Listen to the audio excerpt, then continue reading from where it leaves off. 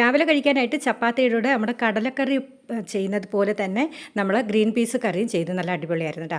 ഇനി ഞാൻ തുരയ്ക്കുന്നത് എന്താണെന്ന് വെച്ചാൽ അതേണ്ട കഴിഞ്ഞ ജന്മത്തിൽ എന്തോ തുരപ്പനായിരുന്നു തോന്നുന്നു. എൻ്റെ ഈ സ്ഥിതി കണ്ടാൽ വേറൊന്നുമല്ല, നമ്മൾ മത്തങ്ങ തുരന്നതേണ്ട അതിനകത്തുള്ള സാധനങ്ങളൊക്കെ അങ്ങോട്ട് പുറത്തെടുത്ത് കേട്ടോ. നല്ല പിഞ്ച് മത്തങ്ങയാണ്. പിഞ്ച് മത്തങ്ങ ഉണ്ടെങ്കിൽ മാത്രമേ ഇത് ചെയ്താൽ നല്ല ടേസ്റ്റ് കിട്ടത്തുള്ളൂ കേട്ടോ. വിളഞ്ഞ ഒന്നും എടുക്കരുത്. വിളഞ്ഞ എടുക്കുന്നവർ കാണും, പക്ഷേ ഞങ്ങളൊക്കെ പണ്ട് ഇതുപോലെ പിഞ്ചാണ് എടുക്കുന്നത്.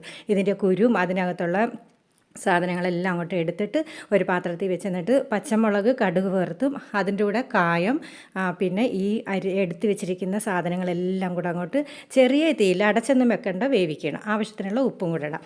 വെന്ത് വരുമ്പോഴത്തേക്ക് നല്ല ചൂടോടെ കഴിക്കാൻ നല്ലതാണ്. പക്ഷേ അത്ര ടേസ്റ്റൊന്നും തോന്നത്തില്ല. പക്ഷേ ഏറെ ഗുണങ്ങളുള്ളതാണ് ഈ മത്തങ്ങ കുരുവിനൊക്കെ. മത്തങ്ങ കുരുവൊക്കെ ഉണക്കി നമ്മൾ കഴിക്കാറുണ്ട്. നവനീതും ഗൗരിയും കൂടെ സമൂസ ചെയ്യുന്നുണ്ട്. ഇതിനകത്ത് മസാല ചെയ്തിരിക്കുന്നത് നമ്മളെ പനീറും പിന്നെ ഫ്രോസൺ പട്ടാണിയുമാണ് കേട്ടോ.